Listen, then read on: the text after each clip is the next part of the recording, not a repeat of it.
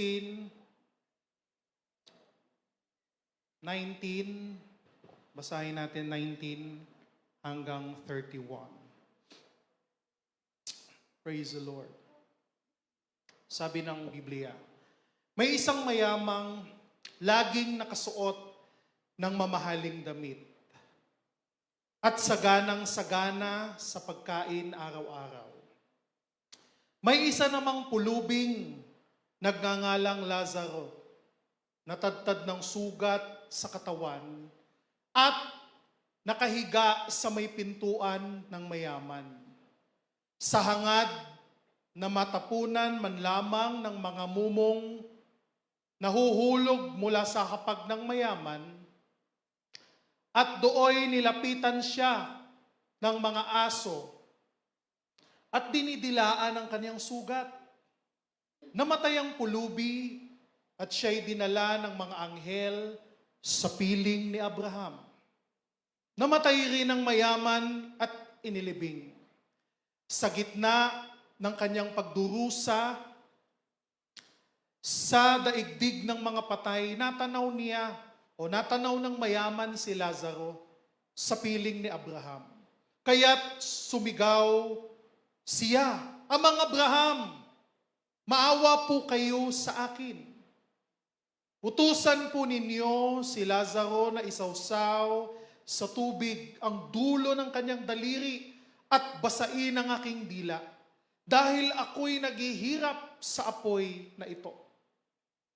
Verse 25, ngunit sumagot si Abraham, Anak, alalahanin mong nagpasasa ka sa buhay noong ikaw ay nasa lupa at si Lazaro naman ay nagtiis ng kahirapan. Subalit ngayon ay inaaliw siya rito, samantalang ikaw na may nagdurusa riyan. Bukod dito, may malaking bangin sa pagitan natin. Kaya't ang mga naririto ay hindi makakapunta diyan at ang mga naririyan ay hindi makakapunta rito. Ngunit sinabi ng mayaman, kung gayon po, Amang Abraham, ipinapakiusap kong papuntahin na lamang ninyo si Lazaro sa bahay ng aking ama, sa aking 5 kapatid na lalaki. Suguin po ninyo sila o siya upang sila'y bigyang babala at nang hindi sila humantong sa dakong ito ng pagdurusa. Ngunit sinabi sa kanya ni Abraham, nasa kanila na ang mga kasulatan ni Moises at ng mga propeta. Iyon ang kanilang pakinggan. Verse 30, sumagot ang mayaman, hindi po sapat ang mga iyon. Ngunit kung magpapakita sa kanila ang isang patay na muling nabuhay, magsisisi sila at tatalikuran ang kanilang mga kasalanan. Verse 31, last verse. Sinabi naman sa kanya ni Abraham, kung ayaw nilang pakinggan ang mga sinulat ni Moises at ng mga propeta, hindi rin nila paniniwalaan kahit ang isang patay na muling nabuhay. Ang pag-uusapan natin sa oras na ito ay pamagatan natin kapag sumakabilang buhay na. Kapag sumakabilang buhay na. Tayo'y manalangin. Amang Diyos na makapangyarihan sa lahat, may-ari ng aming buhay,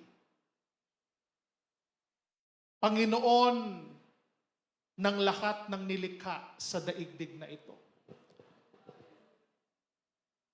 Lord, we acknowledge your presence in this place, O God.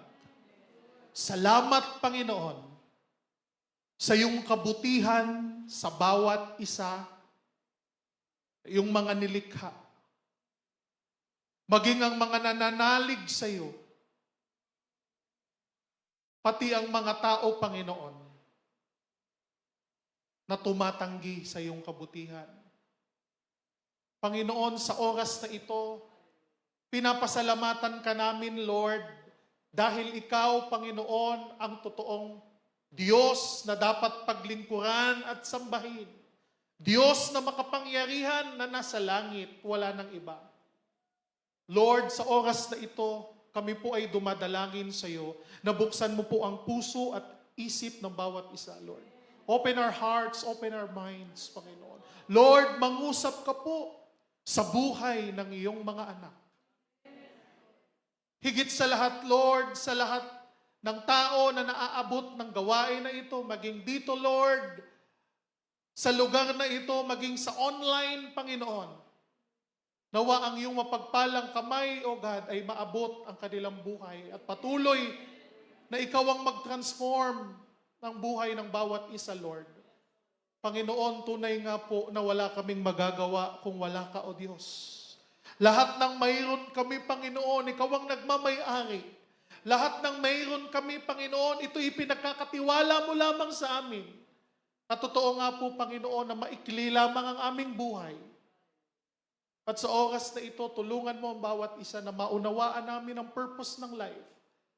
Na maunawaan namin, Panginoon, ang kahalagahan ng aming buhay upang hindi namin ito sayangin sa mga bagay na walang kabuluhan.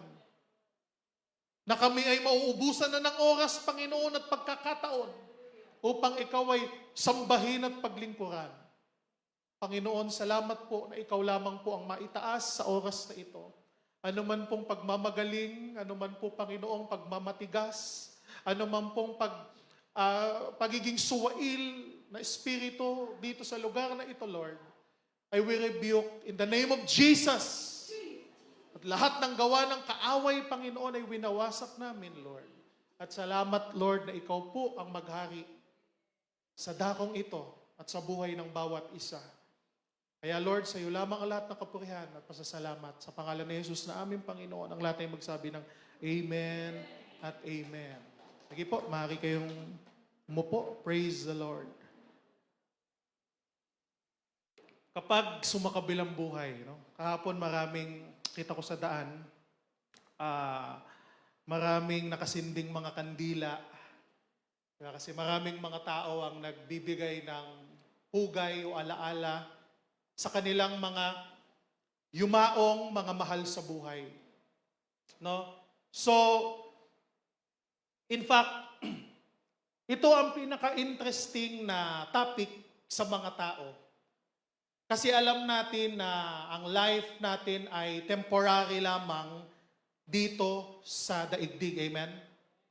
Kaya nga, kung susuriin natin, mabenta ang mga libro na may patungkol sa buhay o tinatawag nating life after death. Ganon din yung mga movies na nagpapakita ng life after death stories. Ito ay nagiging patok dahil hindi natin maiiwasan sa mga tao na isipin nila kung saan nga ba sila mapupunta kapag natapos na ang buhay sa daigdig na ito. Gusto ng taong malaman kung ano ba ang buhay sa kabila. Dahil alam natin mga kapatid, base sa ating experience, base sa ating nalalaman, na isa lamang ang sigurado sa buhay na ito, yon ay ang tinatawag nating kamatayan. No? Although, isa pang sure na bagay ay yung tax. No? Sigurado may tax. Magbabayad ka ng tax sa ayaw mo at sa hindi. Sabi nga nila. At pangalawa, sa ayaw at sa hindi, sigurado na mamamatay ka.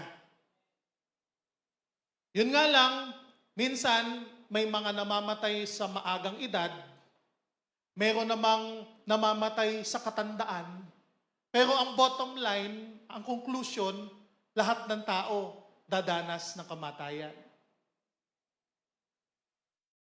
At ang tanong, ano ang mangyayari pagkatapos mamatay ang isang tao? So dito, makikita natin ayon sa ating binasa na merong patutunguhan ang kaluluwa ng taong namatay. Hindi lamang ito katulad ng ibang tradisyon at kultura na paniniwala na kapag ka namatay ka, wala lang. Kaya nga yung ibang tradisyon at culture ay malakas ang rate nila ng mga suicide, yung nagpapakamatay. Kasi ang naituro sa kanila na ang buhay ng tao ay pagkatapos mamamatay, wala lang. Kaya yung ibang tao, sa dami ng utang, naisip na magpakamatay para matapos ang lahat. Wala na, quits na. O kaya naman, pag may problema, kitilin na lang ang buhay para mawala na, matapos na. Diba? O kaya naman,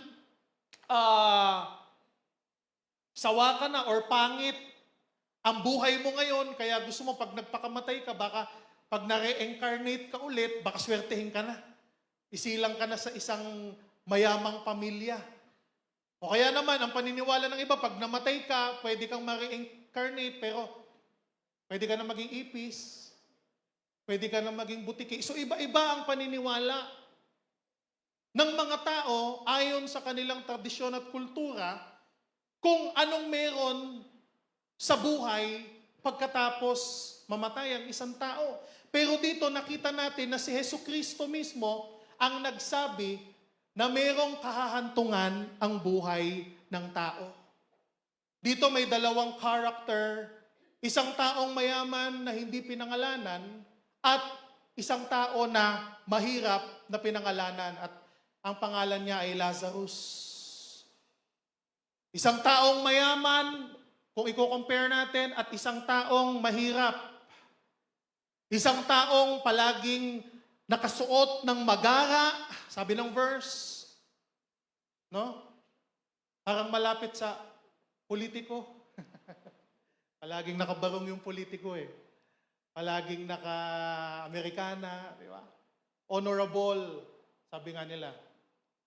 At isa namang mahirap at walang-wala. Isang tao na masarap lagi ang pagkain, araw-araw, parang piyesta. At isang taong mahirap na wala man lamang makain. In fact, sabi ng Bible, namumulot nga lang ng tira-tira na nahuhulog galing sa hapag ng mayaman. Mas mapalad pa nga yung tinagurian, di ba, na yung mga kumakain ng pagpag ba yun, di ba, pagpag. Alam nyo ba yun? Yung mga documentary na merong kumakain sa atin ng mga leftover na ng mga tao galing restaurant. Eh, mas better pa yun. Binibili pa nga, binibenta pa nga ng iba eh. Linuluto ulit. Eto, matindi talaga yung kahirapan niya kasi talagang wala siyang pambili. Nag-e-expect lang siya na may matatapon, may matira-tira, at yun ang kanyang kakainin. Kaya mga kapatid, kung naisip mo na mahirap ang buhay mo ngayon, isipin mo mapalad ka pa rin. Dahil hindi ka umabot sa punto na magkagano na. Masarap ang pagkain at walang makain. Namumuhay sa karangyaan at isang namumuhay sa kahirapan at sakit. Pero sabi ng verse, ayon sa kwento ng ating Panginoong Hesus, pareho silang dalawang namatay. Ang mayaman, nung namatay, nagdusa. At si Lazarus naman, nung namatay, sabi ng Word of God, ano sabi? Ay inaliw sa paradise o sa paraiso na tinatawag.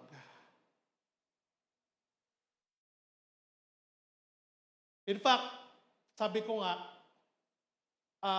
mayroong kahahantungan ang buhay ng tao. Dito makikita natin, lilinawin natin na hindi ibig sabihin na kapag ka mayamang ka, magdurusa ka na pag ikaw ay namatay. Di ba? Hindi rin ibig sabihin na kapag ka mahirap ka, sigurado ka na pagdating sa kabilang buhay ay makakapasok ka na sa masayang sitwasyon ng buhay. Hindi po ganon. Kasi minsan, mayroon din namang mayayaman na may tamang puso sa harapan ng Diyos. Example natin, di ba si Job, mayaman siya, pero sabi ng Word of God, naging matuwid siya dahil godly yung life na kaniyang ginagawa. Hindi rin porket mahirap ka, tsak na pag mapupunta ka sa maayos pag nasa kabilang buhay ka na. Kasi mayroon din tayong mga kilalang mahirap na nga, saksakan pa ng sama ang ginagawa. Amen? So ito, hindi sila napunta kung nasaan sila ayon sa ating pinag-uusapan dahil sa estado ng kanilang buhay, kung hindi ito'y ayon sa laman ng kanilang puso. Kung ang puso ba nila ay maayos, matuwid sa harapan ng Diyos o hindi. So dito, mayroon tayong idea na si Lazarus ay naging matuwid sa harapan ng Diyos. Bakit? Kasi dinala siya sa paradise. Dahil sa Biblia, may mga taong naging matuwid sa harapan ng Diyos. Yung example nga natin kanina, si Job. Amen? Si Noah. Hello? Naging matuwid. Kaya nga siya ang naligtas kasama ng kanyang pamilya nung bumaha, sabi ng Bible. Si Abraham was considered righteous dahil sa kanyang faith sa Panginoon. So dito nakita natin si Lazarus ay naging matuwid din sa harapan ng Panginoon. Kaya nga nung namatay siya, dinala siya sa paradise. Meron siyang puso na may faith sa Diyos. Kaya siya nakarating sa paraiso. At alam din natin, according to the Bible, na ang mayaman, kaya siya napunta sa lugar ng pagdurusa, ay dahil nabubuhay siya ng hindi tama ang kanyang buhay at ang puso sa harapan ng Diyos. Paano natin malalaman or paano natin masabi? Because sa verse 30, ito ang sabi niya. Nung kausap niya si Abraham, sabi niya, Panginoong Abraham, o Amang Abraham, pwede niyo bang papuntahin si Lazarus sa aking mga kapatid? Kasi may mga kapatid pa ako na hindi sila mapunta sa lugar na kung saan ako ngayon. Sabi verse 30, basahin natin, sumagot ang mayaman, hindi po sapat iyon. Ngunit kung magpapakita sa kanila ang isang patay na muling mabubuhay, magsisisi sila at tatalikuran ang kanilang kasamaan. So sabi niya, magsisisi sila. Kasi hindi ako nakapagsisi eh. Hello? Kaya sabi niya, sige na po, papuntahin niyo si Lazaro, mabuhay siya ulit. Ha? Pag kung nangyari siguro yun, daig pa yung Halloween. Imbis na makinig siguro yung mga kapatid nung mayaman, baka magtakbuhan. Kasi patay na mabubuhay muli. Pero anong purpose nung mayaman? Kasi gusto niyang balaan yung mga naiwan na mga kapatid niya, nakaparehas niya ng ginagawa. Na kapag hindi daw sila nagsisi, ayaw niya na mapunta yung kanyang mga kapatid sa sitwasyon na napuntahan niya.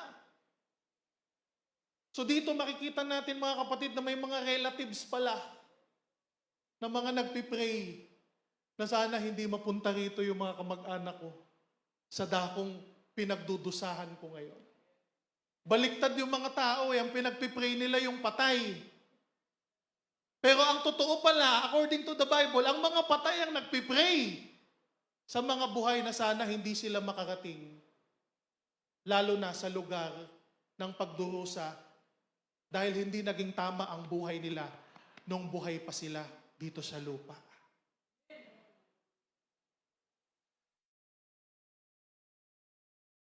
Hindi dahil sa estado ng kanilang mayaman o mahirap, kung hindi, naroon sila sa lugar nila dahil sa estado ng kanilang puso. Ibig sabihin, hindi nakapagsisi ang mayaman hanggang siya ay namatay. Naintindihan niya, nagets niya kung bakit siya naroon. Yung mga tao ngayong nasa lugar ng pagdurusa, naintindihan nila kung bakit sila nandun. Gets nila. Alam nila. Nabigyan sila ng choice, ng pagkakataon. Siguro nakarinig sila ng Word of God. Nakarinig sila ng katotohanan ng salita ng Diyos, pero binaliwala nila. Siguro naka-attend sila sa church, pero nagsiselfone sila. Wala silang pakialam sa message. Nandito lang sila para maging present. But yung puso nila ay hindi tama sa harapan ng Diyos.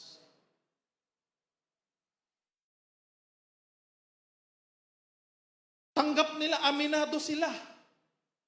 Kaya nga sila napunta sa lugar o sa place ng torment. Ito ay issue ng estado ng puso ng tao. So ang mayaman, yung puso niya hindi right sa Panginoon. Kaya nung namatay siya, hindi siya nakapagsisi, hindi siya nakapag-repent. Sabi mo sa iyong katabi, repent. Yun ang number one eh. Kung gusto mong maligtas, repent. Turn away from your sins. At sumunod sa Panginoong Hesukristo. So hindi siya nakapagsisi, kaya inabot siya ng kamatayan niya. Kaya ngayon, nagdurusa siya. Sabi ng verse 23, sa gitna ng kanyang pagdurusa, sa daigdig ng mga patay, natanaw niya ang mayaman. O natanaw ng mayaman si Lazaro sa piling ni Abraham. Kaya't sumigaw siya, Amang Abraham, maawa po kayo sa akin. Utusan ninyo si Lazaro na isawsaw sa tubig ang dulo ng kanyang daliri at basain ang aking dila dahil ako'y naghihirap sa apoy na ito. Merong apoy. Diba? Sino yung umiiyak? Yung soul. Yung body ng namatay na iwan sa grave, sa libingan. Naagnas, nabubulok. Katagalan nagiging kalanzay. Pero ang soul ay eternal. Yun ang nakakaramdam ng sakit. Bakit ko nasabi? Kasi yung taong patay, pagpatay na siya, kahit suntukin mo, kukutin mo, pasuin mo, hindi na yun mag-react dahil yung soul wala na sa body. Hello? Tama ba? Hindi na mag-react yung patay. Wala na yung nakaramdaman, yung katawan na naiwan pag wala na yung soul, wala na yung spirit. Kaya lamang nasasaktan ng tao kasi naroon pa yung soul, buhay pa eh. Kaya pag namatay ang tao, maiiwan ng katawan, wala nang pakiramdam, yung soul ang may sensation. Kaya yung soul, pag hindi nakapag-repent, napunta sa lugar ng pagdurusa, mararamdaman niya ang init. Kasi nandun yung sensation lahat. Pang-amoy, pang-lasa, nandun sa soul. Yun ang totoong ikaw. Yung body mo, vessel lang. Hello? Yung katawan nating lupa, kaya ito nasisira, nabubulok kasi vessel lang to. Ano ba sa Tagalog yun? Parang lagayan lang. Ang totoong ikaw yung soul. Kaya gusto ni Lord yung soul mo. Regardless yung katawan mo, kung ikaw ay may sakit, kung ikaw ay may kapansanan, hindi mahalaga yon kung ikaw ay mahirap, kung ikaw ang mayaman. Ang importante sa Diyos yung kaluluwa mo. Na makapagsisi ka at magbalik loob sa Panginoon. At magpatuloy sa katuwiran by the grace of God. Yun yung mahalaga. Yung soul.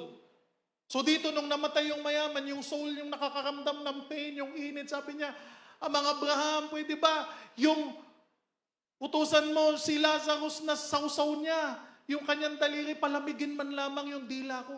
So imaginein mo yung hirap, yung suffering. Tayo nga, mapaso lang tayo ng kakaunti, nilalagnat pa ng ilang araw kung minsan eh. Nakwento ko na to dati, napaso ko dati ng tambutso ng motor.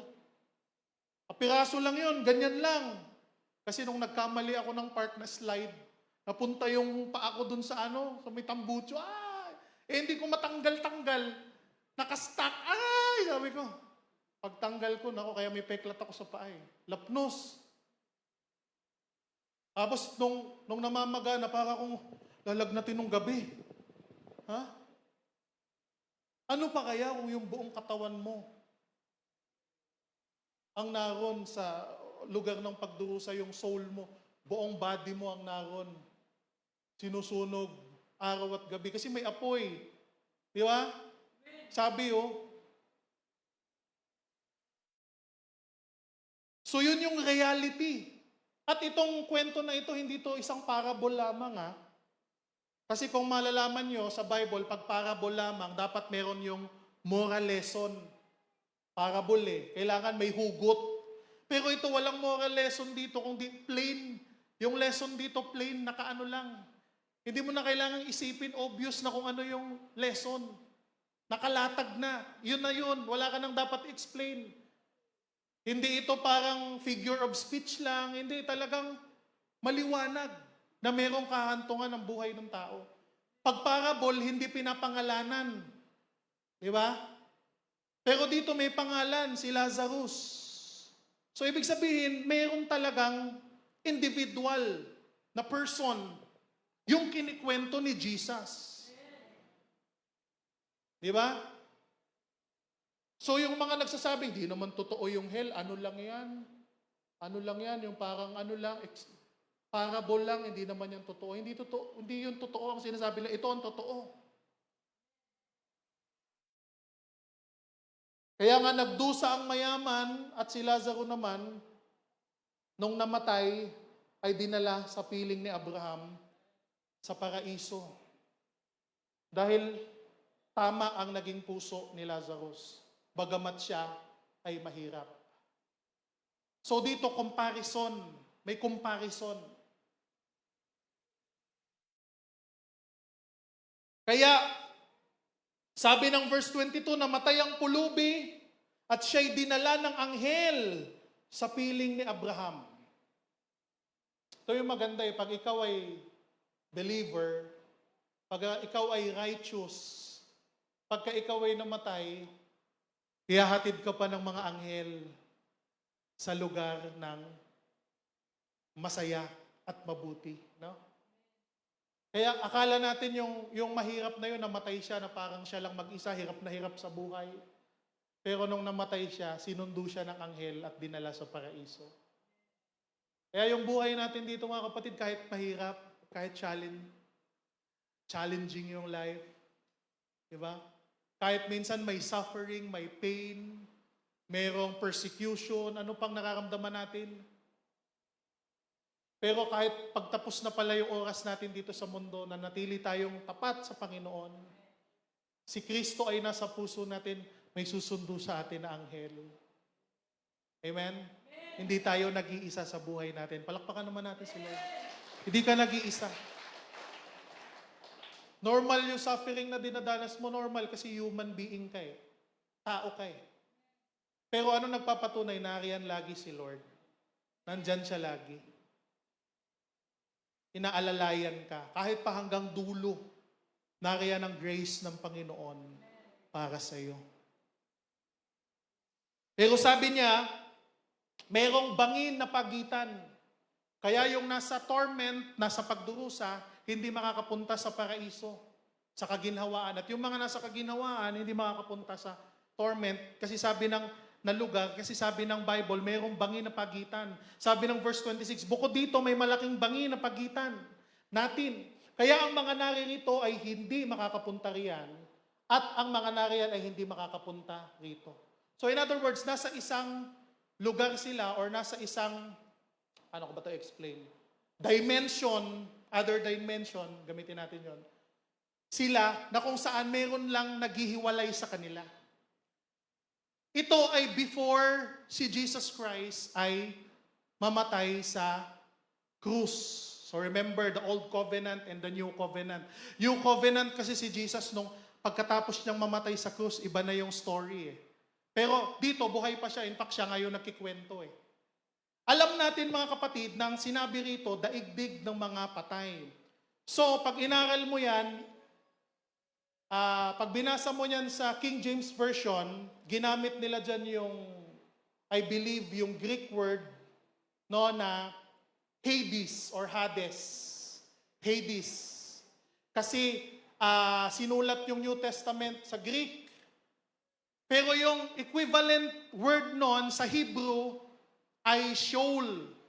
No? At ang equivalent word naman nun sa English, ginagamit natin ngayon, yun ay tinatawag na hell. So before nung crucifixion ni Jesus, bago siya mamatay at mabuhay muli, yung hell hindi lang, or yung Hades, yung Sheol, yung hell, ay hindi lang puro pagdurusa ang naron before si Jesus ay, sundan nyo to before siya mabuhay muli. So yung hell noon, not necessarily na lugar ng pagdurusa, ngunit nahati yun sa dalawa. Isang lugar na tinatawag na paradise, paraiso, at isang lugar na tinatawag na torment o pagdurusa. Sabi ng Bible, may pagitan lang na malaking bangin na hindi makakapunta yung nasa pagdurusa, hindi makakapunta sa paraiso, at vice versa, yung nasa paraiso, hindi rin makakapunta sa pagdurusa. Pero parehong nasa hell. Because yung word na ginamit, kasi basically yung hell kasi ang explanation ay ito ay isang tinawag dito na daigdig ng mga patay. Before before si Jesus mabuhay muli. So tinawag yung Hades, tinawag yung Sheol, at translate natin sa English, naging hell. No? So, before nung sacrifice ni Jesus, dalawang uri ng tao yung naroon sa hell. Sundan niyo ako yung nasa paradise at nasa torment sa pagdurusa. No? Pero, after ni Jesus Christ mamatay sa krus at mabuhay muli, kasi siya yung alay, di ba? Si Jesus Christ ang tumubos sa atin.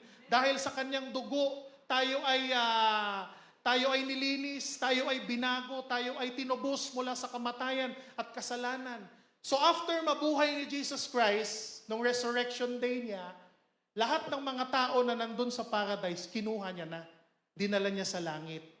So before si Jesus, sundan niyo ako before si Jesus mamatay, wala pang taong napunta sa langit.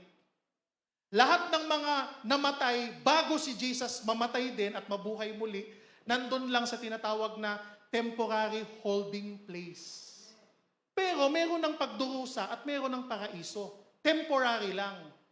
Kasi after after mabuhay muli si Jesus Christ, doon pa lang na yung mga kaluluwa ng taong nasa paradise kasama ng rich man, si Abraham, si David, lahat ng mga Bible character na kilala natin, lahat yon nung nabuhay si Jesus Christ, dinala niya sa langit na.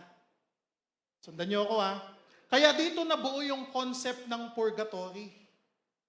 Kasi merong temporary holding place before si Jesus Christ na mabuhay muli. Kaya naisip nung iba na, may purgatory kasi temporary holding place. Ang hindi nila na-realize na yung temporary holding place na yon, hindi na magbabago yung destiny ng tao na naroon. Pag nasa suffering ka na. Ang malilipat na lang yung nandun sa paradise. Gets nyo ko? Pero walang in-between. Walang pagitan na pwede mo pang ipag-pray yung kamag-anak mong namatay. Di ba? Sinabi ko nung last week, pag nag-abuloy ka sa church ng malaki, pwedeng umangat doon, papuntang, may mga unsettled, pa daw yung soul dito sa earth. Pwede pang umangat, papuntang langit. Hindi yun totoo. Talagang paradise lang at place of torment. Pero pareho silang temporary holding place. Pero nung si Jesus Christ nabuhay muli, yung mga nandun sa paradise, kinuha niya na. Dinala niya na sa langit. Kita niyo yung sinabi niya dito sa Luke 23 verse 42 to 43. Naalala niyo nung pinako si Jesus Christ sa krus, di ba? May isa doon sa kasama niya magnanakaw na dalawa yung kasama niyang pinako, tama? Alam mo yung story, 3 silang pinako. Yung isa doon nanampalataya sa kanya bago mamatay, no? Hindi na nabaptize kasi wala nang panahon Pero sabi ng Word of God, pagka may panahon, kailangan mabautismohan ng taong nananampalataya sa Diyos. Pero not necessarily, pag di na nabaptize, wala nang kaligtasan. Meron pa rin. Katulad nitong example natin sa Luke. Sabi ng Luke 23:42, at sinabi nito, yung isang magnanakaw na nagsisi. Sabi niya, Jesus, alalahanin mo ako kapag naghahari ka na. Anong sabi ni Jesus? Verse 43, sumagot si Jesus, sinasabi ko sa iyo, isasama kita ngayon sa paraiso. Remember, hindi sinabi ni Lord, isasama kita sa heaven. Sabi niya, isasama kita sa paraiso. Bakit? Kasi pupunta rin si Jesus sa paraiso Sabay-sabay silang pupunta sa langit. Nakuha niyo yung point? So may kaligtasan pa rin doon sa tao na tumanggap sa Panginoon kahit nakapako na siya sa krus at nasa bingit na ng kamatayan. Nasusundan niyo ako mga kapatid? So ang point number 1 natin, ang paraiso o ang paradise is not heaven. Hindi yun ang langit na tinutukoy. No? Kasi paano natin nasabi? Because according to John 14:6, sabi ni Jesus, sumagot si Jesus, ako ang daan, ang katotohanan, at ang buhay.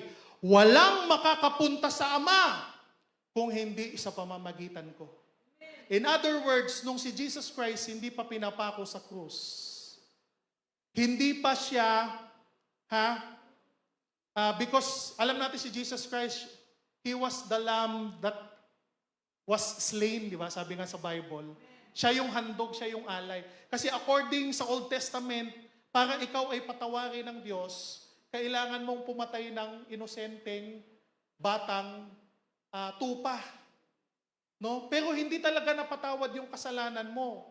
Na-atone lang, natakpan lang. Di ba? So lahat yon, lahat ng mga tao na righteous sa harapan ni Lord, kailangan nila magpatay ng handog para mapatawad sila sa kanilang kasalanan. Pero si Jesus Christ, iba. Nung si Jesus Christ, ang hinandog sa krus, wala nang ganong kultura. Lahat ng kasalanan ng tao, tinubos niya na. Hindi na kailangan maghandog pa, magpatay pa ng inosenteng tupa, ng batang tupa para maging alay, maging handog, para mapatawad ang kasalanan. Yun na yung ginawa ni Jesus Christ nung namatay siya sa krus. Kaya nga, nung nabuhay siya muli, doon pa lang may nakaakyat na tao sa langit. Amen? Kasi sabi ni Jesus dito, ako ang daan, ako ang katotohanan. Walang makakapunta sa Ama kung hindi sa pamamagitan ko. After ng resurrection ni Jesus Christ, yung body niya, naging glorified body, sinama niya na yung mga tao na nasa paradise, pati yung tao nakakatanggap lang sa kanya, nakasama niyang pinako sa krus. Nagets niyo ako? So yung paradise na tinutukoy dito, yung paraiso, ay hindi ito heaven. May heaven pa talaga sa langit. At doon dinala ni Jesus Christ yung lahat ng namatay ng Old Testament, no? Dinala niya na ngayon sa langit. So yung temporary holding place, yung paradise, wala ng tao doon. Yung isa na lang, yung suffering, doon marami pang tao. Kasi hindi naman yun kinuha ni Lord. Ang kinuha lang ni Lord, yung mga nasa paradise. So, yun yung point number 1, yung paradise ay hindi langit. Pero ngayon, kung ang believer mamamatay, hindi na dadaan sa paradise. Diretso na sa langit. Bakit? Kasi Jesus was risen from the dead. Si Jesus kasi buhay na eh. Nasa langit na siya eh. Hindi na tayo dadaan sa temporary holding place. Kaya yung mananampalataya na alam nating tapat na naglingkod na kinuha ng Panginoon, hindi na siya dadaan sa paradise. Hindi na siya dadaan sa Sheol. Hindi na siya dadaan sa Hades. Kung hindi, diretso na siya sa kamay ng Panginoon sa langit. Bakit? Kasi nandun na si Jesus at yung mga ibang saints. So nakita natin mga kapatid. Point number 2, si Jesus ay bumaba sa daigdig ng mga patay upang kunin ang mga nasa paraiso at dalhin sa langit. Nung nabuhay si Jesus Christ, sa kanya pa lamang kinuha. No? Saka pa lamang merong naging tagapamagitan sa tao at sa Diyos. Kasi si Jesus Christ lamang yung tagapamagitan sa tao at sa Diyos eh. Bakit? Kasi pareho siyang tao at pareho siyang Diyos at the same time. Yun ang hindi matanggap ng ibang tao eh. Ayaw nila, hindi pwede maging tao ang Diyos. Di ba? E di ibig sabihin, yung Diyos hindi omnipotent. May limitasyon. Di ba? Tama ba? Eh hindi siya tunay na Diyos kasi limitado pala siya, hindi siya pwede maging tao eh. Yun yung sinasabi ng iba, hindi nga pwede maging tao ang Diyos. Eh hindi siya Diyos kasi may hindi siya kayang gawin. Hello? Pero dahil totoong Diyos ang pinaglilingkuran natin, kaya niya na magkaroon ng katawang tao sa pamamagitan ng ating Panginoong Hesukristo. At yun ang naging handog, yun ang naging alay, yun ang tumubos. Kaya nga kung umaattend kayo ng meeting, meron tayong training every Tuesday. Yan, na-expound natin yan, natututukan natin yung mga Bible study na ganyan. Di ba? So si Jesus ay bumaba sa daigdig ng mga patay upang kunin ng mga nasa paraiso at dalhin sa langit. 1 Peter 3:18-19. Sapagkat si Jesucristo na walang kasalanan ay namatay ng minsan para sa inyong mga kasalanan. Upang iharap kayo sa Diyos. Si mga kapatid, upang iharap kayo sa Diyos. Siya'y pinatay sa laman. So dito makikita natin nung 3 days na namatay si Jesus Christ, yung body niya namatay, nilibing. Pero yung kanyang spirito hindi namatay. Kasi yung spirito ni Jesus, God eh. Yung body niya human, but his spirit is God, so hindi mamamatay. Kaya yung 3 days na absent siya, hindi siya talagang patay noon. Yung spirit niya buhay, naroon lang sa Hades. Naroon lang sa Sheol. Kasi dineclare niya doon na ako ang katuparan ng kautusan.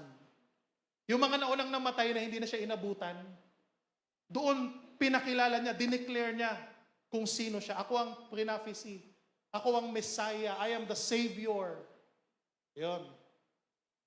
So yun ang alam natin according to the Bible.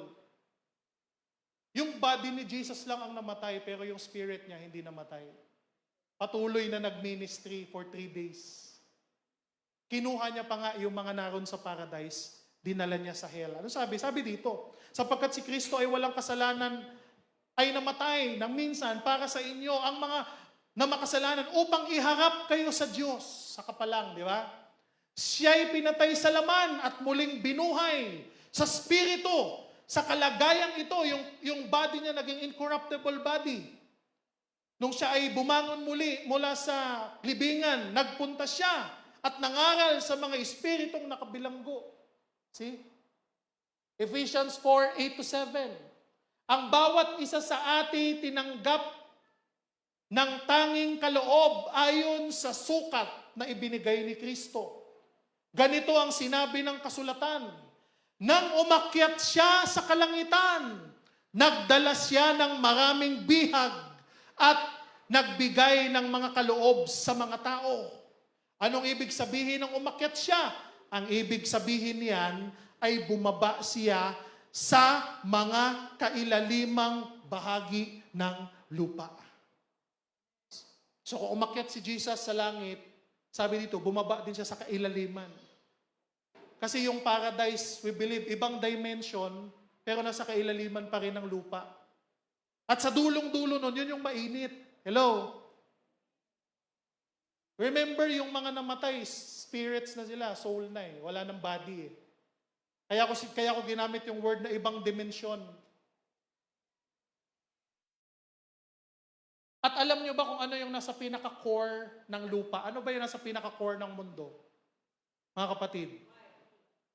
Di ba sabi ng sa science, yung pinaka-core ng earth ay apoy. So hindi malayo. Kaya yung nagsasabing yung hell hindi totoo. We believe yung hell sa ilalim ng lupa. Mainit. At alam natin kung bakit merong apoy sa core ng mundo, sa pinaka-ilalim ng mundo, pinaka-gitna. Kaya nga yung mga bulkan natin nag-aarburuto eh. Di ba? Hello? May mga lava. Saan ba yan galing? Sa ilalim ng lupa yan eh. So tama yung sinasabi ng Bible. Mali yung nagsasabing walang hell. Walang Hades. Pero nga lang, wala nang mga banal doon dahil kinuha na ni Jesus. Ang naiwan na lang doon ngayon, totoo pa rin yung hell, pero ang naiwan na lang ngayon, yung mga nagdurusa. Matthew 12:40. Kung paanong si Jonas, tingnan nyo to, kung paanong si Jonas ay 3 araw at 3 gabing nasa tiyan ng dambuhalang isda, ang anak ng tao ay 3 araw at 3 gabi ring nasa ilalim ng lupa. So same, iba-ibang verses pero same ng revelation. Na kung saan nung namatay si Jesus Christ ng 3 days, yung namatay sa kanya ay yung body lang. Pero yung spirit niya buhay at patuloy na nag-ministry, nag-declare, even sa ilalim sa Hades, sa Sheol. O tanongin nyo, bakit nakapunta si Lord doon? O bakit? May imposible ba sa Diyos? Saan niya gustong pumunta? Walang makakapigil sa Kanya. Amen? Point number 3. Sa lugar ng pagdurusa, na bahagi ng impyerno, kasi sabi ko, dalawa yung hell impyerno sa Tagalog, dalawa yung bahagi nun. Pero walang purgatorio, walang in-between. Sa lugar ng pagdurusa na bahagi ng impyerno ay hindi orihinal na linikha para sa tao. Ito ang alam natin, hell ay hindi original na linikha ng tao sa Diyos. Diba? Sabi ng Matthew 25 verse 41, pagdating ng judgment, sabi diyan, sasabihin naman niya sa mga nasa kaliwa, lumayo kayo sa harapan ko, kayong mga isinumpa, doon kayo sa apoy na di namamatay, na inihanda para sa dyablo at sa kaniyang mga kampon. So para kanino daw yung hell, yung apoy, yung lugar ng pagdurusa? Hindi dapat yun para sa tao. Para yun sa mga anghel na dating demonyo na nagrebelde sa Diyos. Kaya lang, yung mga tao na udyukan din ng kaaway ni Satanas na magrebelde sa Diyos. Kaya yung mga taong rebelde sa Diyos, nahulog din sa impyerno, sa lugar ng kaparusahan. Because of sin, dahil sa kasalanan. Dahil sa pagsuway ng tao sa Diyos. Hindi ang Diyos ang naglagay sa tao sa impyerno. Kung hindi ang naglagay sa tao sa impyerno, ay ang sarili ng desisyon na magrebelde sa kalooban ng Diyos. Hello? Naintindihan natin? Kasi meron tayong free will. Binigyan tayo ng free will ng Lord. Ganun kabait si Lord, ganun kabuti. Hindi tayo ginawa ni Lord na robot, na nakaprogram lang. May free will tayo, malaya tayong pumili. Pero bawat choice na pinipili natin ay merong consequences.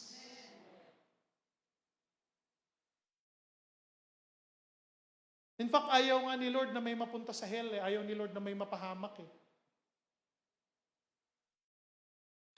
Ang mga tao na pupunta sa hell, sa lugar ng kapahamakan, dahil sa kanilang pagrebelde sa Panginoon. Hindi dahil gusto ni Lord. Hindi dahil sadista ang Diyos na gusto lang niyang parusahan ng mga tao. Mabait ang Diyos na ating pinaglilingkuran. Tingnan niyo ang sabi sa 2 Peter 3 verse 9. Ang Panginoon ay hindi nagpapabaya sa kanyang pangako, gaya ng inaakala ng ilan. Sa halip, nagbigay siya ng pagkakataon sa lahat, sapagkat hindi niya nais na may mapahamak, kung hindi ang lahat ay makapagsisi at tumalikod sa kasalanan. Kita mo? Kaya mga nagsasabi, napakalupit ng Diyos nyo. Bakit pinahintulutan ng Diyos nyo na may magdusang tao sa impyerno? Mali yun, ayaw nga ni Lord na may mapunta ron eh. Eh anong magagawa ng Diyos kung yung tao mismo yung gustong tumalon dun? Yung gusto mo yung tao mismo ang magdedesisyon na ayokong mamuhay ng tama, gusto kong mamuhay sa kasalanan, sa kasamaan. Kahit alam niya, katulad ng mayaman, alam niya na dun siya mapupunta. Dahil hindi siya nagsisi. Hindi siya tumalikod at nagbago. Hindi siya nag-born again. Yun eh. Born again. Hindi yung pangalan ng relihiyon. Yun ay kailangan ng taong isilang muli sa katuwiran. Kasi sinilang tayo dati sa kasalanan. Namana natin yung kasalanan ng ating mga ninuno. Namana natin yung sumpa kila Adan at Eva. Hanggang sa atin ngayon. Kaya kailangan ma-born again ka, mabago ka ulit. Ma-transform ka. Hindi sa laman, kundi sa spirit.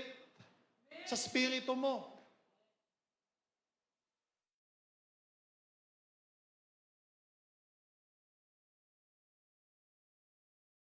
Ayaw ng Diyos na may mapunta ron. Pero ang choice ay nasa tao. Nasa sayo. Ikaw ang magde-decide. Ezekiel 3 verse 11. Sabihin mong ipinasasabi kung ako si Yahweh o ang Diyos, na buhay na Diyos ay hindi nasisiyahan, na ang sino may mamatay sa kanyang kasamaan. Kita nyo? Nais kong siya'y magbagong buhay. Sabihin mo ngang magbagong buhay sila pagkat di sila dapat mamatay sa kanilang kasamaan. Napakaraming warning ng Lord sa mga tao. Ayaw ni Lord na may magdusa sa hell. Pero may free will ang tao. Dahil rebellious ang mga tao. Rebelde, yung sinabi ni Lord na wag mong gawin, yun ang gagawin. Yung sinabi ni Lord na hindi yan tama, yun ang gagawin. Yung sinabi ng Diyos, mapapahama ka, yun ang gagawin. Hindi ba mga kapatid? Tama ba? Tapos pag napahamak sila, ang sisisihin ng Diyos. Tapos na sinet ni Lord yung mga boundaries. Tapos na sinet ni Lord yung mga rules. Sabi ni Lord, hanggang dito ka lang, hanggang diyan ka lang. Huwag ka nang lalabis, huwag ka nang susobra. Pero dahil may free will ang tao, walang control. Kaya napapahamak ang buhay. Pero ayaw ni Lord, mga kapatid, na mapahamak ang mga tao. Kaya nga, yun ang gusto niyang message. Kaya tayo iniligtas ng Panginoon para yun yung maging message natin sa world. Na ayaw ni Lord na mapahamak ka, mahal ka ng Panginoon. God loves you. He sent His Son, di ba? Jesus Christ. Para tubusin ang mga kasalanan. Maging mamagitan sa atin. Point number 4. Ang mga kaluluwang naiwan ngayon sa impyerno o sa lugar ng pagdurusa, torment side, ay itatapon sa dagat-dagatang apoy at magdurusa magpakailanman. In fact, naroon na sila ngayon sa pagdurusa, mayroon pang susunod. May dagat-dagatang apoy pa. Sabi na Revelation 20:14-15, the final judgment, nagsasuffer na yung mga namatay ngayon ng mga kasalanan. Pero mayroon pang kahantungan. Pero same destiny pa rin, suffering pa rin. Revelation 20:14-15, pagkatapos ay tinapon din sa lawang apoy ang kamatayan at ang daigdig ng mga patay. Tama? Yun yung binasa natin sa Luke. Temporary holding place, daigdig ng mga patay. Abraham's bosom, Abraham's side, and torment side. Pero ngayon, wala nang laman yung paradise. Ang naiwan na lang yung lugar ng pagdurusa. Tama? Nasusundan niyo ako? Pero pagkatapos nun, pati yun, itatapon pa.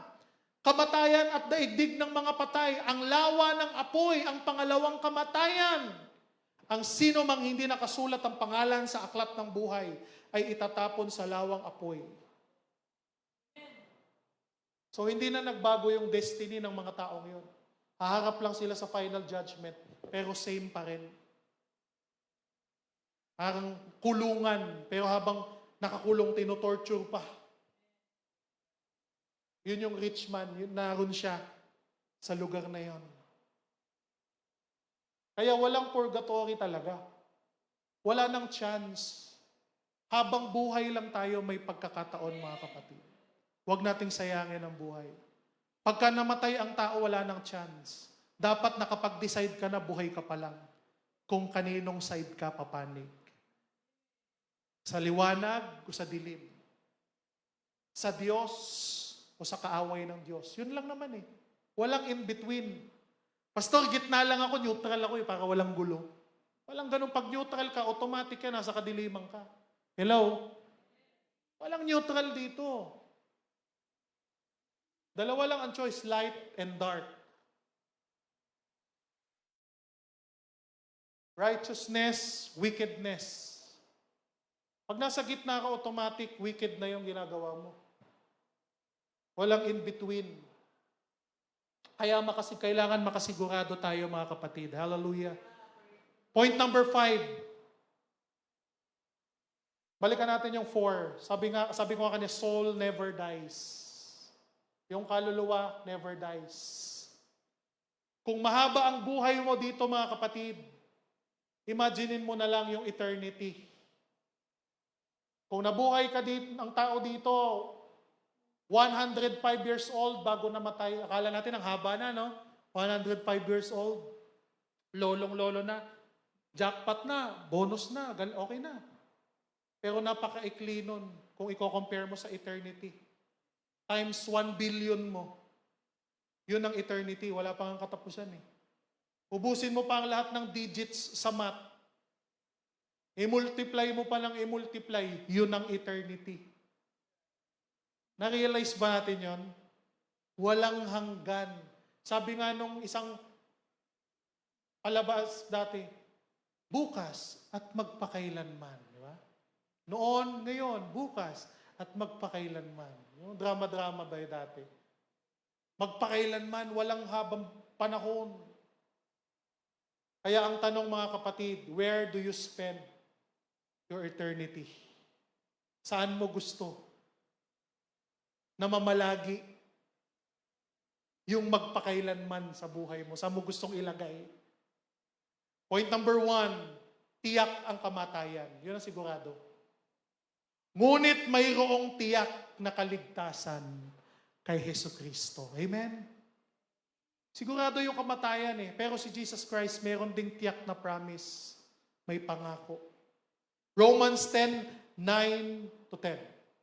Kung ipinapahayag ng inyong bibig na si Jesus ay Panginoon at buong puso kang sumasampalataya na siya'y muling binuhay ng Diyos, maliligtas ka. Sapagkat sumasampalataya ang tao sa pamamagitan ng kanyang puso at sa gayon ay itinuturing na matuwid ng Diyos. Nagpapahayag naman siya sa pamamagitan ng kanyang bibig at sa gayoy ay naliligtas. Kaya may kaligtasan kay Jesus. Sabi John 3:16, for God so loved the world that He gave His only begotten Son, that whosoever believe in Him will not perish. Hindi mapahamak. Kung hindi, ano sabi? Magkakaroon ng everlasting life. Buhay na walang hanggan sa langit. Kaya nga Romans 10:17, kaya't ang pananampalataya ay bunga ng pakikinig. At ang pakikinig naman ay bunga ng pangangaral tungkol kay Kristo. Kaya dapat mangaral tayo tungkol kay Kristo. Kaya pag-undas, hindi lamang tayo umuwi para sa party. Di ba? Umuwi sa probinsya dahil gusto natin magtirik ng kandila. O kaya maglinis ng puntod ng ating mga mahal sa buhay. Kung hindi yung undas, kung meron man kayong reunion, dapat ito yung opportunity mo para mag-share ng gospel.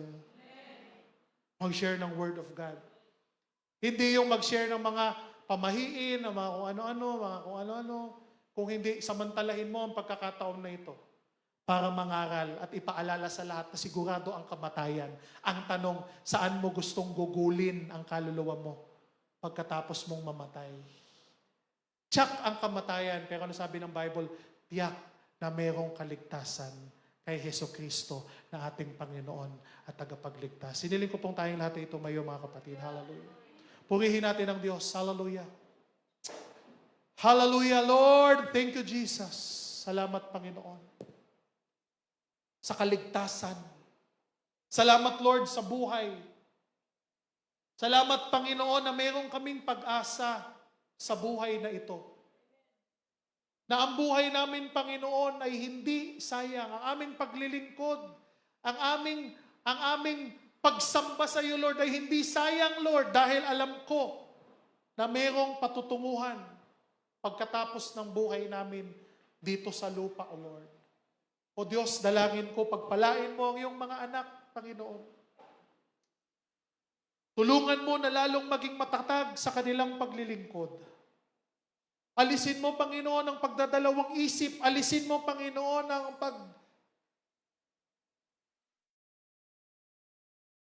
alisin mo ang kawalan ng tiwala sa iyo, Lord.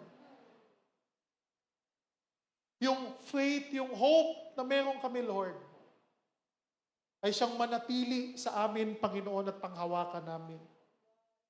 Lord, salamat sa salvation. Salamat sa kaligtasan. Lord, salamat na ikaw ay namatay sa krus para tubusin ang aming mga kasalanan. Panginoon, hindi kami karapat-dapat, Lord. Bilang makasalanan, karapat-dapat na kami ay magdusa. Karapat-dapat na kami ay mapahamak, Panginoon. Karapat-dapat na kami ay mag-suffer kung nasaan ang mayaman, Panginoon. Pero Lord, dahil mabuti ka, gumawa ka ng paraan. Gumawa ka ng pag-asa. At sa pamamagitan ng iyong anak na si Jesus, kami, Lord, ay nagkaroon ng buhay na walang hanggan. Panginoon, tulungan mo ang aking mga kapatid, O God. Hipuin mo ang kanilang puso. Lalo na ang mga tao, Panginoon, na nagdadalawang isip na natatakot pa, Panginoon, na sumunod sa iyo. Hipuin mo ang kanilang buhay, Lord. Alisin mo ang pagdadalawang isip sa kanila. Ang mga kapatid ko na natatakot, Panginoon, Lord, alisin mo ang takot sa buhay nila. Dahil sa iyo, Panginoon, may kaliwanagan. Dahil sa iyo, may pag-asa. Lord, ano man pong suliranin sa mundong ito, alam namin, Lord, itong lahat ay temporary lamang. Dahil may buhay sa langit na naghahantay, Panginoon. At yun ang gusto ko, Panginoon. Dalangin ko, Panginoon, na pangarapin ng bawat isa na nakakarinig ng dasal ko na ito, O God. Na kami ay mangarap, Lord, ng mga bagay na makalangit. Dahil lahat ng bagay dito sa daigdig, Lord, iiwan, nasisira, nabubulok. Iiwan namin, wala kaming madadala. Sabi ng iyong salita, hubad kaming isinilang, Lord. Hubad din kaming babalik sa iyo. Kaya Lord, lahat ng meron kami dito, ito'y temporary lamang. Ngunit ang pinakamahalaga sa lahat, ang aming puso ay tama sa iyong harapan. Ang aming buhay. Hallelujah, hallelujah. Lord, tulungan mo ang puso, Lord, mga tao.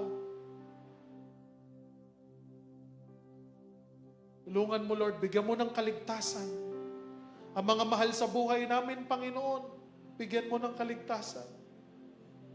Gumawa ka ng paraan, Panginoon, upang marinig nila ang mabuting balita. Iligtas mo, Panginoon, ang aming mga mahal sa buhay. Gamitin mo kami, Panginoon, na maging ilaw sa kanila. O maging ang mga tao na kanilang nakakasalumuha, ang iyong mga anak din, Panginoon. Gamitin mo. Dahil, Lord, ayaw namin. Katulad ng panalangin ng mayaman, Lord. Ayaw niya na mapunta ang kanyang mga kamag-anak sa lugar ng pagdurusa. Ganon din kami, Lord.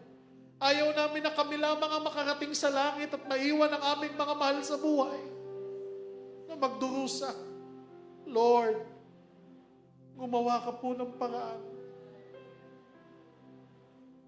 Palambutin mo ang puso nila. Na ikaw ay kanila, na magpakumbaba sila sa iyo, tanggapin kanila bilang kanilang Panginoon at tagapagligtas. Hallelujah, hallelujah, Jesus. Lord, salamat sa mga mahal sa buhay namin, Lord, na kinuha mo na. Pero alam namin, makikita namin sila uli balang araw. Makakasama namin sila uli balang araw, Lord. Ang iyong mga anak, Panginoon, na tapat na naglingkod sa iyo, na nauna mo nang kinuha, Lord. We know na magkikita kaming uli sa tamang pagkakataon. Sa presensya mo, O Diyos. Hallelujah, hallelujah. Salamat, Panginoon. Sa iyo lamang ang lahat ng kapurihan. Sa pangalan ni Jesus. Amen, amen.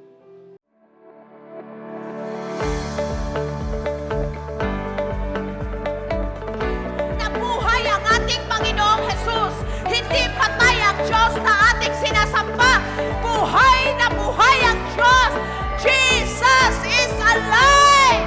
Come and join us every Sunday 9 in the morning, live on Facebook, as we continue to worship the Lord Jesus and experience His unfailing love to us.